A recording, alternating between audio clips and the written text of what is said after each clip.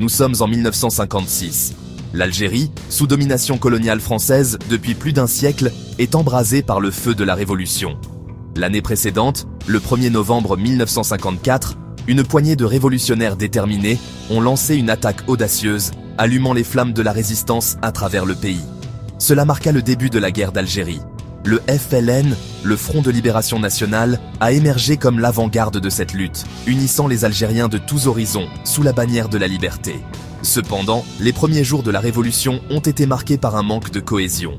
Le FLN, bien que rempli de combattants passionnés, manquait d'une structure organisationnelle claire.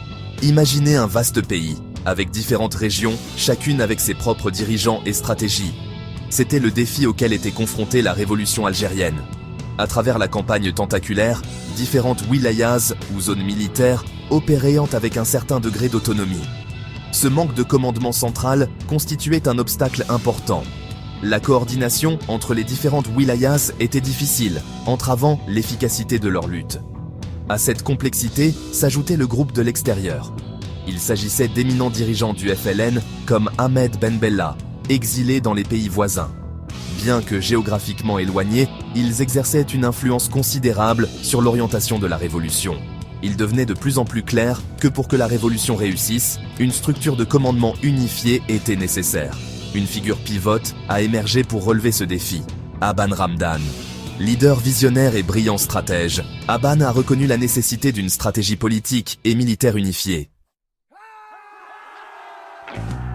Pour répondre à ce besoin pressant d'organisation, Aban Ramdan a pris une décision capitale. Il a convoqué une réunion clandestine des hauts dirigeants du FLN. Le lieu choisi pour ce rassemblement crucial était le village d'Ifri, niché au cœur de la vallée accidentée de la Soumam en Kabylie. Cette région isolée, un bastion de la résistance algérienne, offrait le secret et la sécurité nécessaires pour une telle réunion. Au cœur de cette vallée reculée, à partir du 20 août 1956, des figures clés de la Révolution se sont rassemblées. Ils sont arrivés discrètement, le visage marqué par la gravité de leur mission. Parmi eux se trouvèrent des commandants légendaires comme Larbi Ben Mehidi, l'architecte de la résistance à Oran, et Krim Belkacem, le leader charismatique de Kabylie. Amirouche Haït Hamouda, connu pour son brio tactique, et Zigoud Youssef, qui avait mené l'audacieuse offensive du nord constantinois, ont également rejoint les rangs. Dès le début, le Congrès s'est attaqué à des questions fondamentales qui allaient façonner l'avenir de l'Algérie.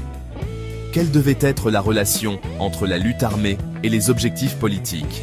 Qui détenait la plus grande légitimité pour guider la révolution? Ceux qui combattaient en Algérie ou les dirigeants exilés à l'étranger? Après des jours de débats intenses, le Congrès a pris des décisions historiques, gravant à jamais la réunion de la Soumam dans les annales de l'histoire algérienne. Une chaîne de commandement claire a été établie, soulignant la primauté de ceux qui combattaient en Algérie. Cette structure visait à rationaliser la prise de décision et à assurer une meilleure coordination entre les différentes wilayas. Le Congrès a donné naissance à la plateforme de la Soumam, un document qui allait servir de guide à la Révolution. Cette plateforme définissait la stratégie politique et militaire du FLN. Plus important encore, elle affirmait le principe de la primauté de l'intérieur, soulignant que le destin de la Révolution reposait entre les mains de ceux qui combattaient en Algérie. Cette déclaration envoyait un message fort au monde extérieur. Le peuple algérien déterminerait son propre avenir, libre de toute influence extérieure. La plateforme de la Soumam abordait également l'avenir d'une Algérie indépendante. Elle envisageait un État moderne et démocratique, libéré de l'oppression coloniale et fondé sur les principes de justice sociale et d'égalité pour tous ses citoyens. L'impact du congrès de la Soumam fut profond. Il a transformé le FLN d'un mouvement de résistance décentralisé en une force cohésive, disciplinée et politiquement consciente. Cette unité nouvelle a semé la peur dans le cœur de l'administration coloniale française. Ils ont reconnu qu'ils ne faisaient plus face à un ennemi fragmenté, mais à une force unie et déterminée, luttant pour un objectif commun. Cependant, le congrès de la Soumam a également révélé des tensions latentes au sein des rangs du FLN. Le groupe de l'extérieur, habitué à son rôle influent, voyait la primauté de l'intérieur avec suspicion. Il la considérait comme une remise en cause de leur autorité et une menace potentielle pour leur vision d'une Algérie indépendante.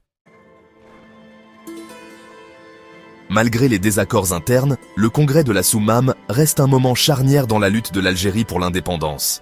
Il a insufflé un sentiment d'unité et de détermination, permettant au FLN de résister à la brutale répression française qui a suivi. Le Congrès a également jeté les bases d'un État algérien moderne, en adoptant des principes démocratiques et une vision d'inclusion. Pourtant, les tensions qui ont fait surface à la Soumam préfiguraient des conflits futurs. La lutte de pouvoir entre les factions de l'intérieur et de l'extérieur allait continuer à couver, culminant en des événements tragiques qui allaient jeter une ombre sur le triomphe de la Révolution.